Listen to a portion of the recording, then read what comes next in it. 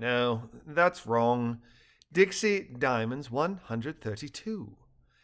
Edmonton, 7:26 p.m. Colonel Patterson, Corporal Cecilia Cavendish's voice sounded from the intercom atop the desk. Pardon the interruption, but I felt I should update you concerning my attempt to contact Ambassador Hawkins. The number and 9340 extension you provided were correct, but I only reached Ambassador Hawkins' answering machine. As I wasn't sure how to proceed, I did not leave a message on her machine, nor did I try to contact anyone to determine if there are alternative means of contacting her. Have you further orders, sir? Patterson, pushing and holding the speak button atop his intercom, said, No, Corporal, that will be all for now, before removing his finger and staring at Brentsy silently for 5 seconds. This stalemate is getting rather. No, he asked. Pardon? Brentsy replied, face scrunched in incomprehension. Stale, Patterson said, looking at him from the tops of his eyes. I can leave a message and ask the ambassador to call, but unless she does so within 5 minutes, you'll be waiting in the brig. I've state security to attend. What?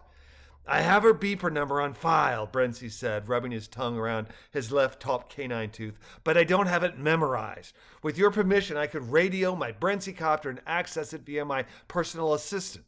It's on file, he finished, skewing his head to the right and furrowing his brow.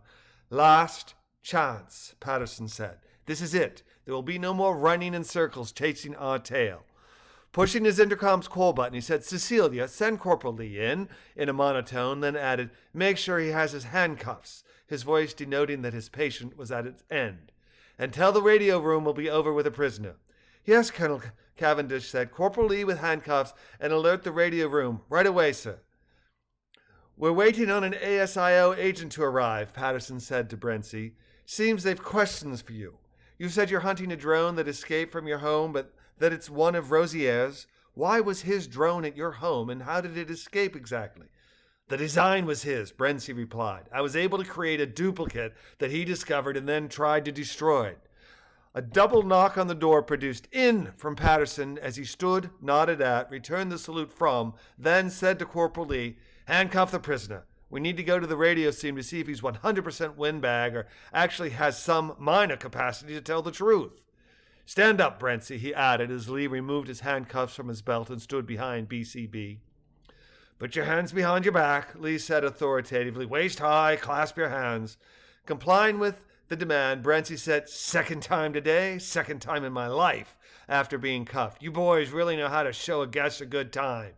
Lee, in response, tightened the cuffs a bit tighter than was necessary, grasped Brentsy's upper arm very firmly, walked him around the chair and to the door where he waited for Patterson to join them.